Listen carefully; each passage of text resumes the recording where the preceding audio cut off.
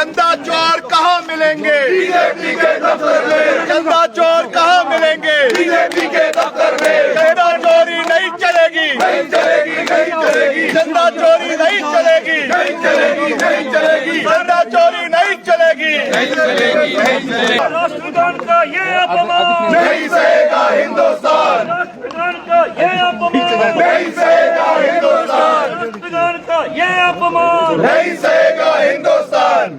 BJP का देखो धंधा, राम नाम पे खागे चंदा। बीजेपी का देखो धंधा, राम नाम पे खागे चंदा। बीजेपी का देखो धंधा। राम नाम पे खागे चंदा। राष्ट्रीय गान का ये अपमान, नहीं सहेगा हिंदुस्तान। राष्ट्रीय गान का ये अपमान। नहीं सहेगा हिंदुस्तान। देखो, मुझे बड़ा दुख होता है और बड़े अफसोस के साथ ये कहना पड़ रहा है कि भारतीय जनता पार्टी के जो विधायक थे उन्होंने राष्ट्रीय गान का अपमान किया है।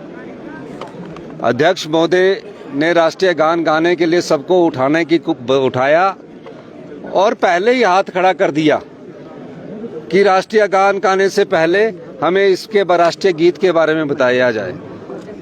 विधानसभा की परंपरा रही है कि राष्ट्रीय गान गाया जाना चाहिए। अभी तक स्कूल में, शिक्षा संस्थानों में राष्ट्रीय गान बड़े सम्मान के साथ गाया जाता है और राष्ट्रीय गीत भी इस असेंबली में बड़े सम्मान के साथ गाया जाता है। मुझे आज पहली बार बड़ा दुख हुआ, जो पार्टी राष्ट्रीय गान का अपमान कर सकती है, राष्ट्रीय गान के अपमान में विरोध कर सकती है, हिमाचल प्रदेश की जनता, हिमाचल प्रदेश की कांग्रेस पार्टी, हिमाचल प्रदेश के विधायक दल के नेता, भारतीय जनता पार्टी के जो राष्ट्रीय गान का अपमान हुआ इसको कभी सहन नहीं करेंगे। हम प्रदेश में हर जगह जाएंगे कि ये वो बीजेपी है जो राष्ट्रीय गान का अपमान कर रही है, राष्ट्रीय गान गाने से हिचकिचाहट महसूस कर रही है। किस बात पर हिचकिचाहट महसूस कर रही है? राष्ट्रीय गीत जो था वो हम हमेशा से गाते थे और अब कानून बन गया है। कानून बन गया तो राष्ट्रीय गीत भी गाएंगे। अध्यक्ष महोदय ने कहा कि राष्ट्रीय गीत जो परंपरा हम गाएंगे, पर बीजेपी ने आज राष्ट्रीय गान का अपमान कर दिया। आज हमें खुद मंत्रिमंडल के सदस्यों को अपनी सब प्रोटोकॉल छोड़कर आज इसलिए आना पड़ा कि भारतीय जनता पार्टी ने जिस तरह राष्ट्रीय गान का अपमान किया है, हम हिमाचल प्रदेश की जनता से भी अनुरोध करेंगे, ऐसे राष्ट्रीय गान के अपमान करने वालों को भारतीय जनता पार्टी को शर्म आनी चाहिए। और यही नहीं है, पता नहीं भारतीय जनता पार्टी को क्या हो गया है। हिमाचल की भारतीय जनता पार्टी या तो तालमेल नहीं है, असमंजस में है। अरे राष्ट्रीय गान गाते और बड़े सम्मान के साथ बोलते कि अब आप राष्ट्रीय गीत भी गा दो। कौन मना करता है? कोई मना कर रहा है?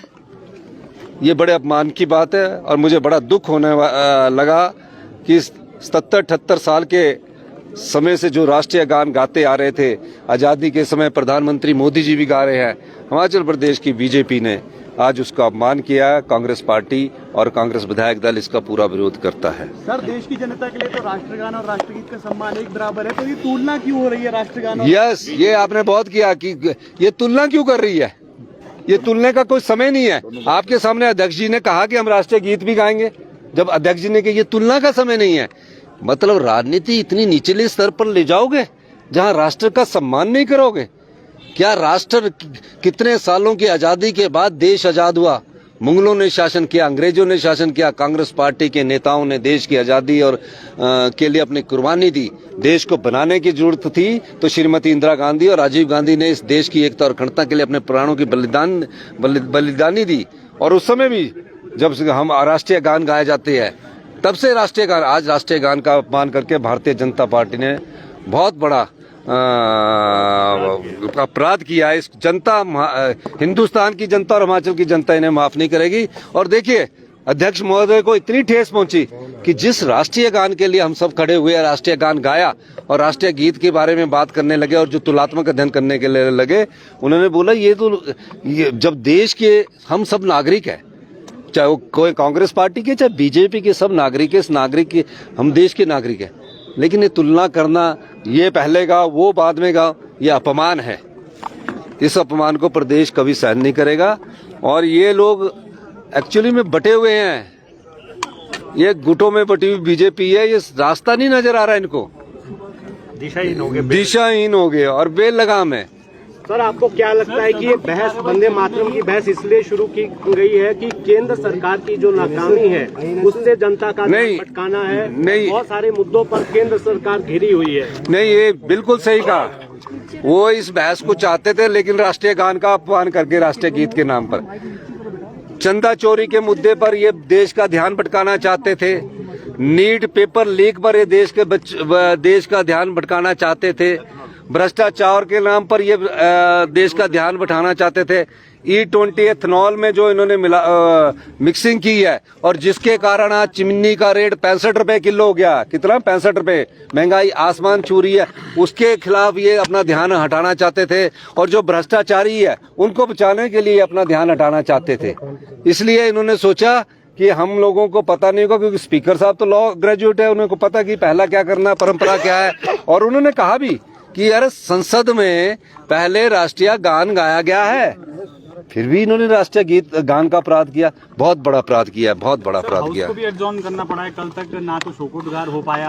देखो, जो विधानसभा के सदस्य थे बेचारे, विजेंद्र सिंह थे, राम भाटिया जी थे और भी हमारे सदस्य थे, उन पर शोका, ये एक परंपरा है, शोकागार पर बात की जाती है, सब अपने विचार रखते हैं और उसके बाद विचार रखने के बाद वो अपना पक्ष रखते हैं और उसके बाद कोई मुद्दे उठाए जाते हैं। ये तो बिल्कुल अपमानित करने पर आगे हैं।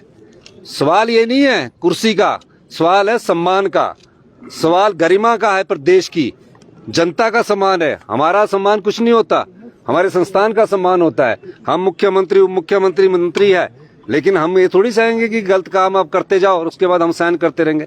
यही मैं कहना चाहता हूँ। बहुत बहुत धन्यवाद। तो थैंक यू।